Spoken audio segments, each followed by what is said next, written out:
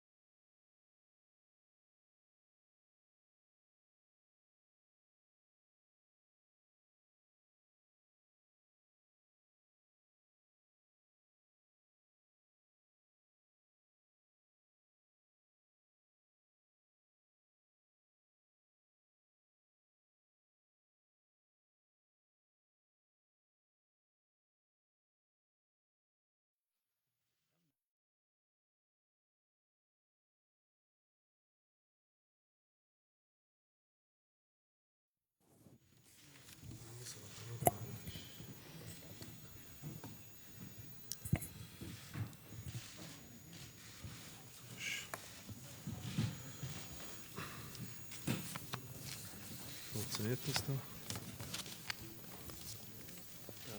Wolfgang, wie funktioniert das? Einfach sprechen. Good. Welcome to everybody to this last press conference this year, 2012. We have translation, Channel 1 English, Channel 2, I think that's Japanese, right? Channel 3 French, Channel 4 it's Spanish, and Channel 5 Portuguese. Yesterday we had the Executive Committee, and I will just pass the floor to the President for a summary and his remarks. Mr. President, please.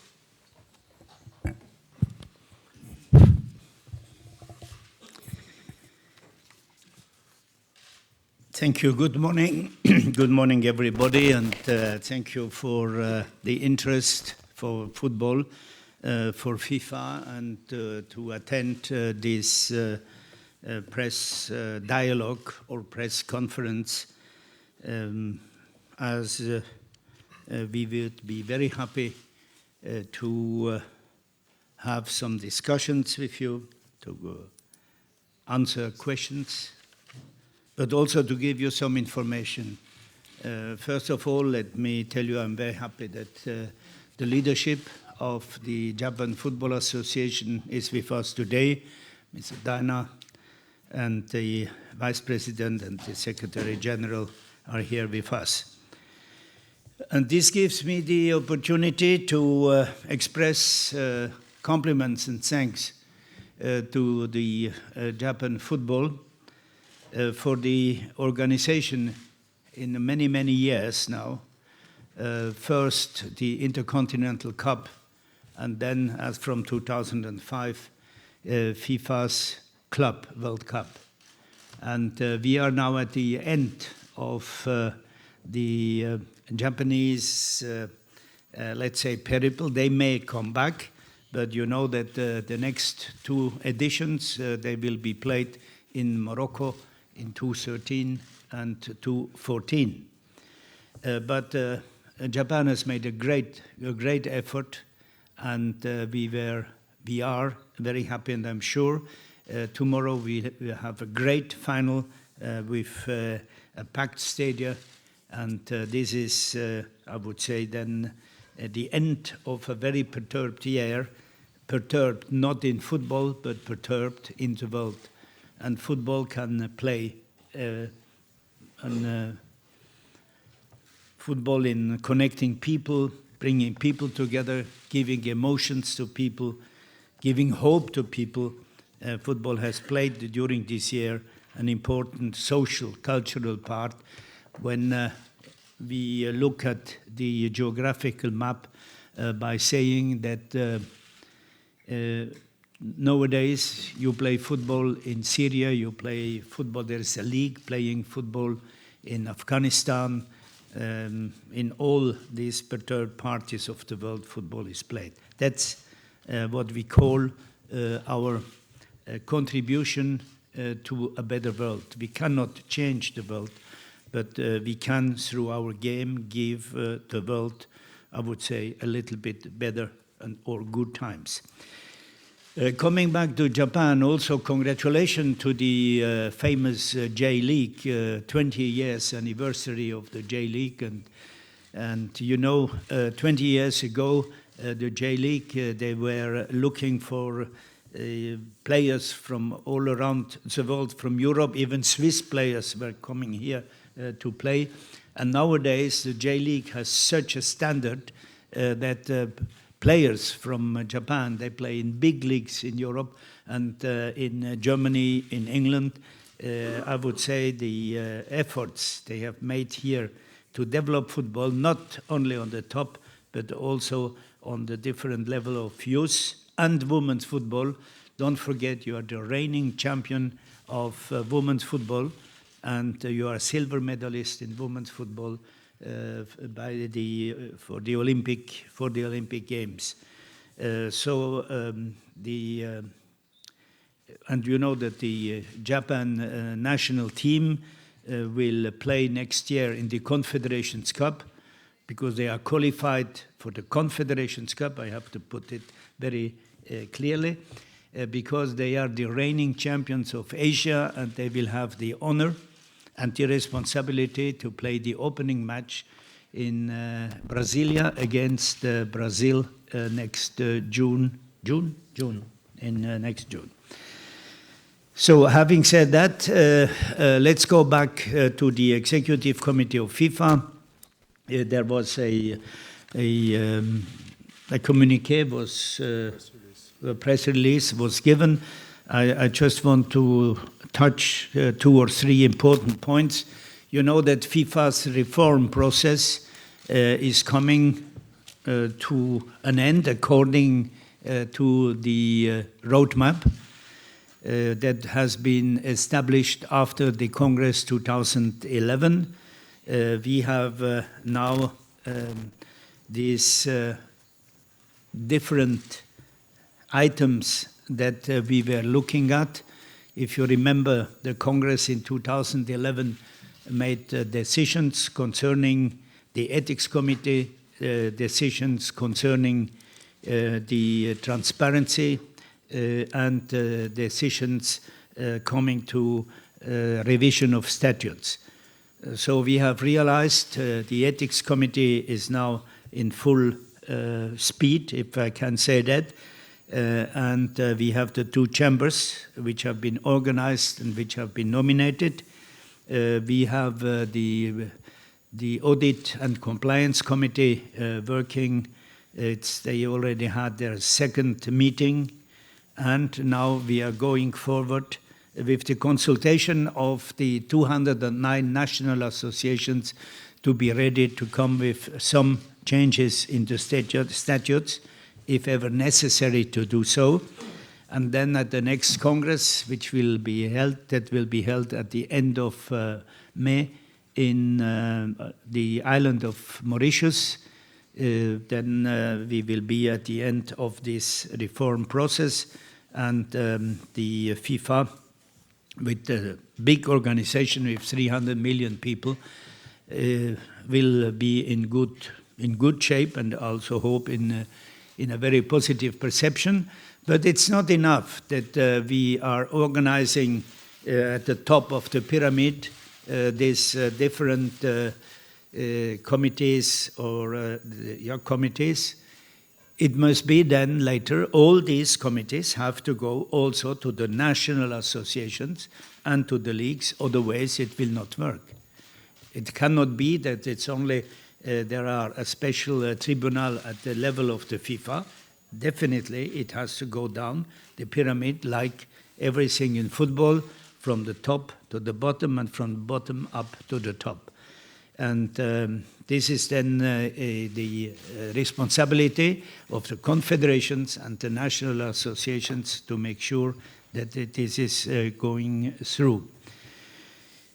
The other points we have discussed concerning the federations, especially Indonesia. It's an interesting point because we are in Asia, and Indonesia, we were up to suspend the Indonesian Football Federation, but in the last minute, because 2 years now, 2 years, they are trying to put together 2 different parts of football organizations. They couldn't do it. They have asked for another 3 months to be given until March next year. And also the Asian Football Confederation was advocating for that. And then we have said, the Executive Committee, I think it was quite a Christmas or end of year gift to Indonesia that they haven't been suspended. But now they have to work. They have to work. Can you imagine that in Indonesia they have 2 groups in directing the football, and they have a good league, but the players of that league, they should not play in the national team? Something is wrong. So now they have the time to do it. We have also had a very good news concerning from Bosnia-Herzegovina. was now possible for the first time in this country, which has a three-party government, to have in the government of football now only one. And this is very important. This is, I wouldn't say that we shall be in politics, but we have shown the way that it can be done. Another point was the Football Federation of Kosovo, and the Executive Committee has given a green light to Kosovo football that they can be invited to play with other members, with the members of FIFA. They are not yet member of FIFA, especially what concerns the youth, amateur, women's and club football. Otherwise, what can we say more? We can say that the World Cup 2014 in Brazil, after the draw for the Confederations Cup, we are monitoring very carefully, together with the organizing committee in Brazil, the development of the different works.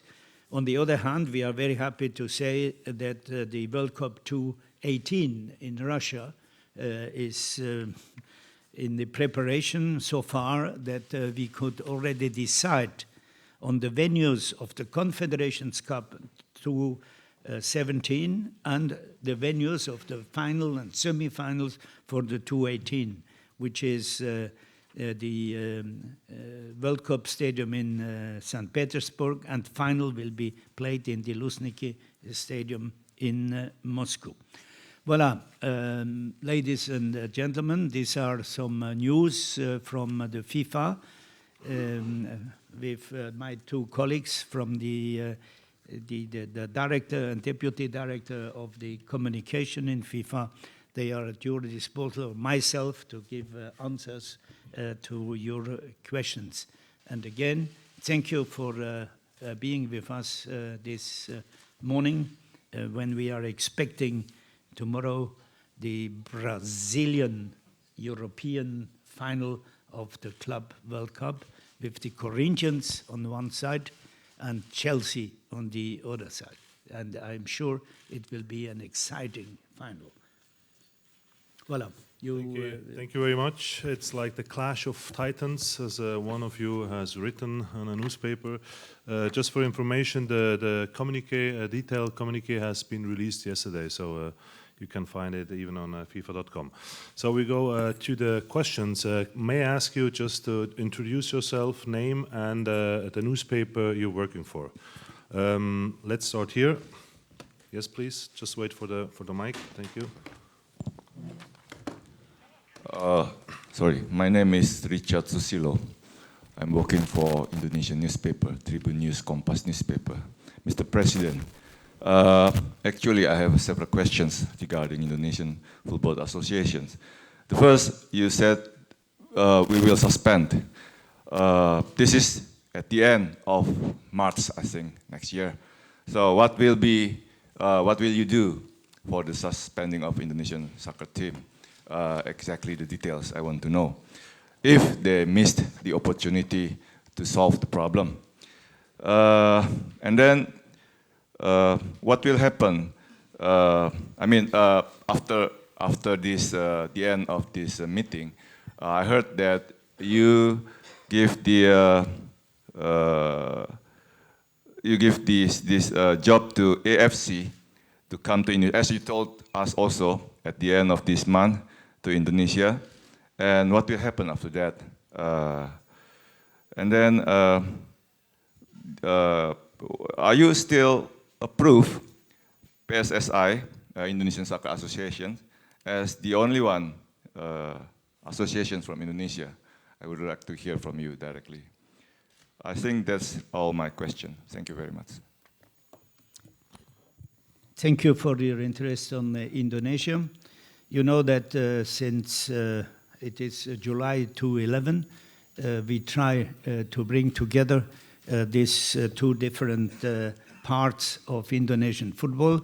Actually, they have a leadership, and we are working with this leadership, and we have given now to this leadership until the next committee, the meeting of the Executive Committee of FIFA, which will be held on the 20th and 21st of March next year, to bring the house in order. What that means if they will be suspended, if a federation is suspended by FIFA's Executive Committee, the results are that the international competition, the participation in international competition is blocked. The referees cannot be used for international matches, and FIFA's financial assistance program will also be stopped. They can go on to organize their competitions inside the country, but on the international level, they are not permitted to participate in any competition of the Team A or of the youth or women's football, indoor, whatever. And also referees are not allowed for the international competition, and financial assistance will be stopped. So we do hope that such a decision must not be taken because it is always very detrimental to national football when a suspension is pronounced.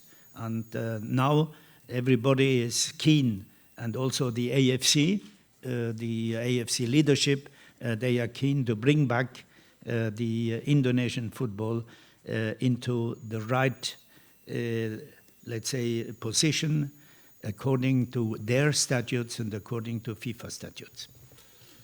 Thank you very much. Next question here. Let's start with one question each, so everybody has the chance to address the question. So, yes, here the mic here, please. Here in the front row.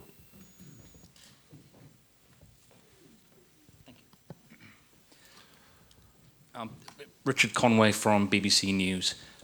President Blatter, you've taken a very strong stance on racism in the past. I heard you at Wembley Stadium, for example, in July, saying that you wanted to kick racism out of football. Is it right, therefore, that displaying a logo on your underpants warrants a greater level of fine than acts of racism and violence on the field of play? Because according to UEFA's fines, that seems to be the message that they are sending out, especially with regard to this week's decision and their fine against the Serbian FA for what happened in the game against the England under-21 team. Would you encourage UEFA to appeal against that fine? And what kind of punishment do you think would be appropriate to level? No. Thank you for your question, and I fully agree with you. Not only racism, but discrimination shall be kicked out of football.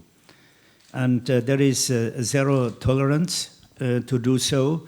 And if you go into the last decisions of our the disciplinary committee, in two cases, one, it was a case of a discrimination in one of the friendly matches, and in the other match there was racism.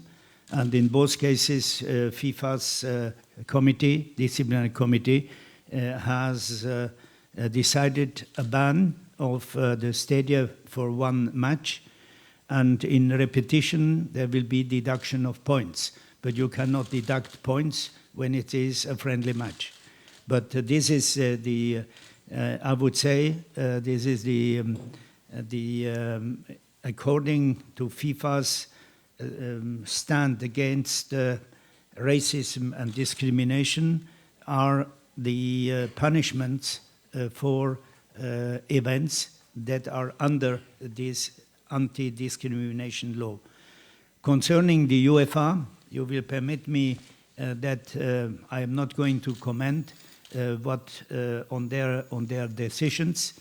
I just learned that yesterday what the decision was, and I'm sure that we will also take up with the UEFA at the level of the governance to have a look that there should be in all football, not only with UEFA, also the other confederations or national associations, there should be very strong and harsh, I would say, punishment when it comes to discrimination and racism. But just to follow up, do you think that fine against Serbia is a strong enough punishment?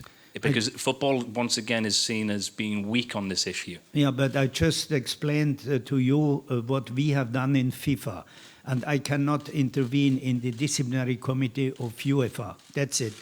So if you read under the lines, or in the line, what I have said now, then you have the answer. Thank you. Yes, in the back, please, yes.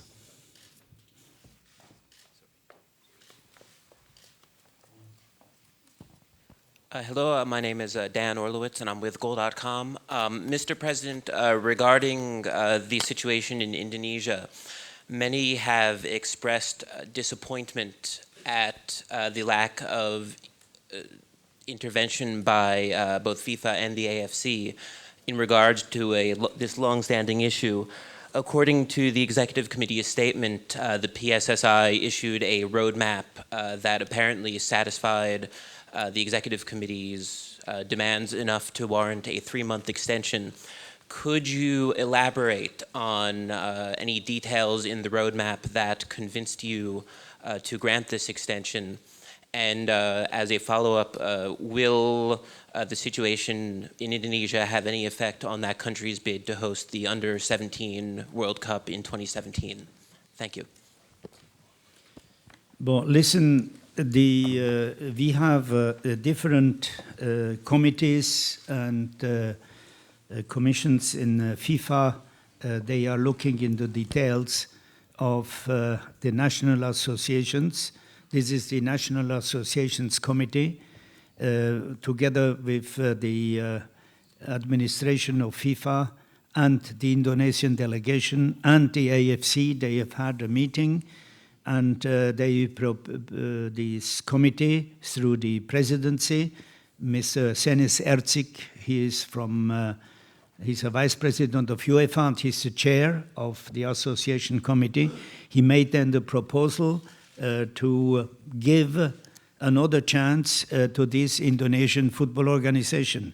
But as I have said at the very beginning, it was time, in my opinion, it was time to say stop it now. But I said that the executive committee was of the opinion, yes, give them, they have had 2 years to do it. They couldn't do it. Give them 3 months more, and the roadmap is very easy. They have to put their house in order, the statutes in order, and they will be accompanied by specialists from the AFC and the FIFA, and we will help national associations to bring the house in order. We are not here to stop national associations to play football. We are here to help them to bring the house in order, and I'm sure they will do it. If they don't do it, then I would say then the decision of our executive committee would have been the contrary what we expected for them. So I said football is also hope, so let's hope that Indonesian football, a country of more than 200 million people, a country extremely in football. I'm sure also the political authorities and the sports authorities, including the National Olympic Committee, they have had interventions now that we should give this Indonesia at least this last hope, 3 months to come back. And we did it. Here first, and then we go to the back, please.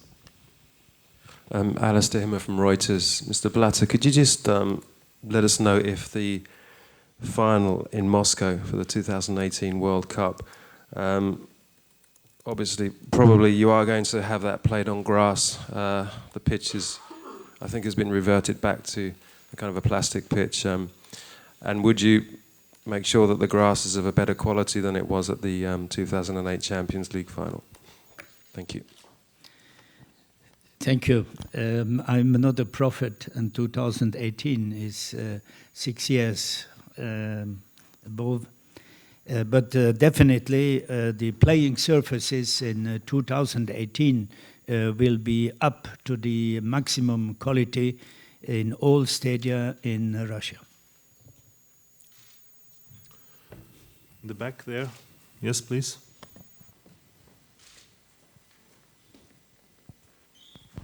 Dankeschön, Tim Brockmeier, ARD Radio. In der Hoffnung auf eine Frage oder eine Antwort auf Deutsch, Herr Blatter. Es ist eine besondere question and an answer in German. It is a special tournament here in Japan because we have goal line technology for the first time. What are the results so far, and what will the future bring? Will you also apply it during the Confederations Cup and use a specific system then? Yeah. Okay. Danke. Thank you. May I answer in English because we have no translation in German? Is that okay for you? Yeah, it's fine. Okay. Thank you.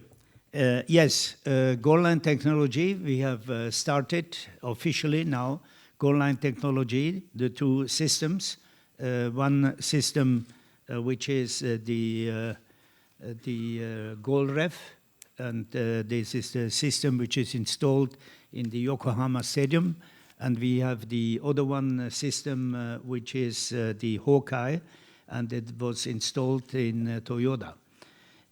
For the time being, we can only say it works, but there were no critical situations so far, and we will make then an assessment after the final matches tomorrow.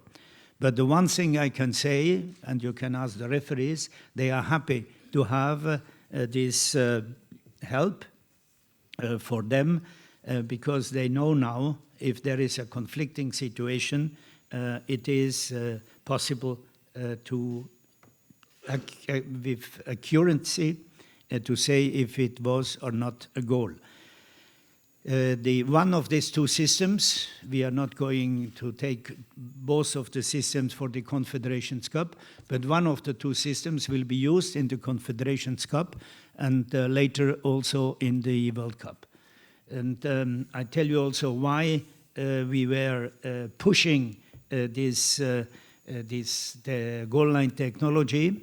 We were speaking of goal line technology since the beginning of the year 2000, in 2003, 2004, we started to speak about that. We had in one of the competitions here in Japan the chip in the ball system, the Kairos system, and we have seen that it didn't work so well. So we have put the goal line technology on ice until we will have a system that is accurate. And what has happened? In the World Cup 2010, you remember a player, you will see him tomorrow here, Lampard. He had a wonderful kick, and the kick ended finally at least 70 centimeters behind the line.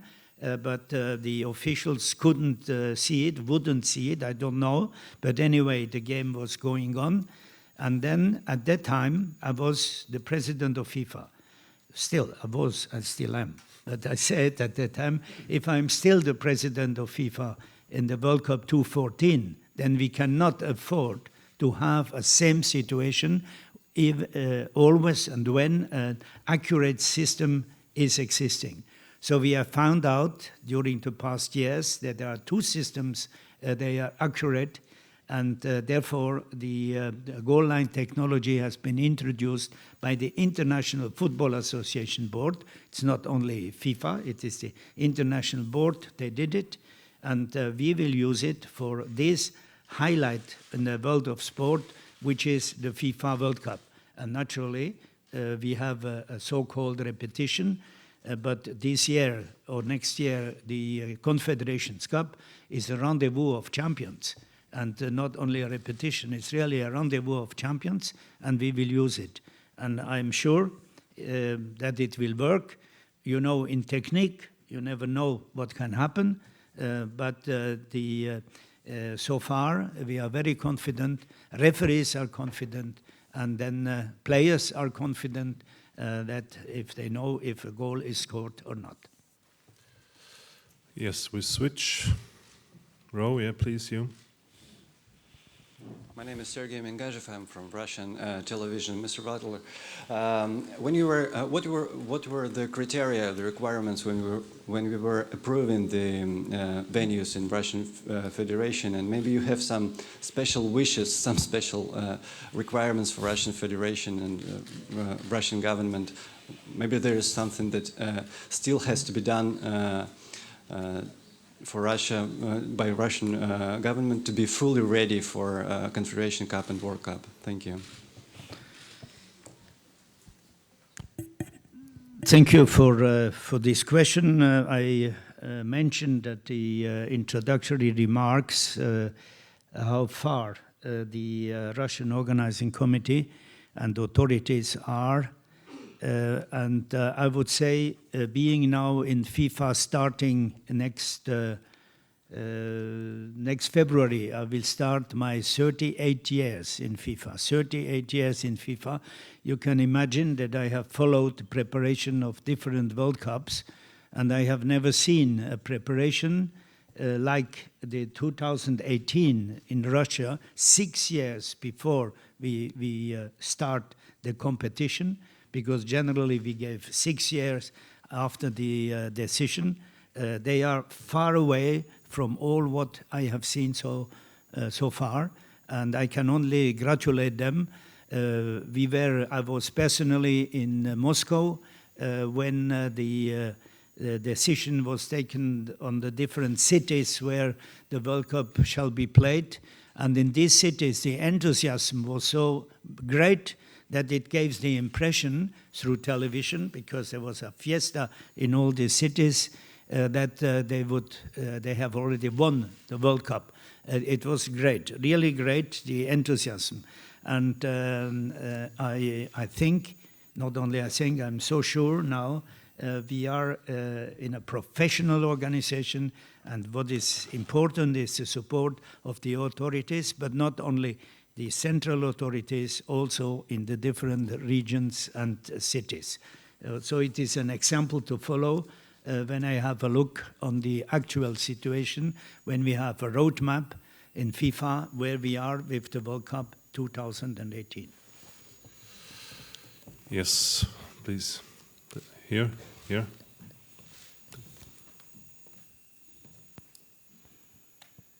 This is a question regarding the trouble in the South America. Your name? Sorry, Peter Hutchison, Agence France Presse. The South American Cup final was abandoned this week, and there were disturbing reports from some players that at half-time, perhaps some Brazilian police had stormed the changing rooms. Does this worry you, and do you have concerns over security in the run-up to the Confederations Cup and the World Cup? Well, naturally, we are always, I would say, very much touched by any incidents in football. But in football, there are so many emotions, there's so much passion that sometimes the football cannot be controlled. Also, I always say on the field of play, this shall be possible. Such an incident that has just happened in this Copa de las Copas, I have to say that it is also a warning for the organizers from the World Cup. It is a warning for all organizers what can happen. But security, again, security is not a matter of the sports organization. Security is definitely a matter of the authorities, being the police, the army, or whatever, because we have no power in football to go into the security. What we can do, and what we do, is to have principles, and this is one of the regulations we have also accepted or implemented yesterday in the FIFA Executive Committee, regulations for security and safety in the stadia. It's a new booklet. We don't have it here now, but it's really a booklet.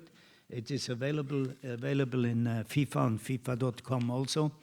And we can give the guidelines. We can have a special security officer on spot, but finally it is the organization and the responsibility of the police or the army to make that. It is a pity that you cannot play the second part of a match for any reasons, but it can happen in football. If you have 300 million people around the world playing this game or being directly involved in the game, this game is also touched by all the villain that is in our society. We are not the origin of violence. The origin of violence is in our society. Otherwise, you can go back to the history of the humanity, and you will see there were violence before football was in. Okay, last three questions. We start here. Yes, please.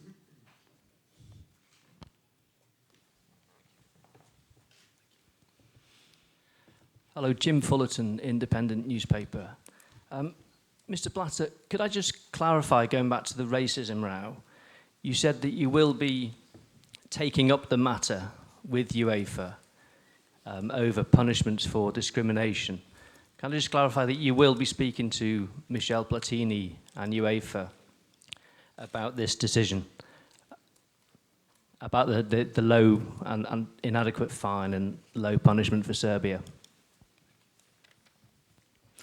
Well, listen, I don't know the details of the file which has been dealt with by the UEFA disciplinary committee, but on FIFA's stand now against racism and discrimination, which is zero tolerance, I will take up a discussion with the president of the UEFA, but I don't know if he has an influence on his disciplinary committee, but at least it is worth to put the attention to an organization inside the FIFA, in this case a confederation, or then also to ask details of the file.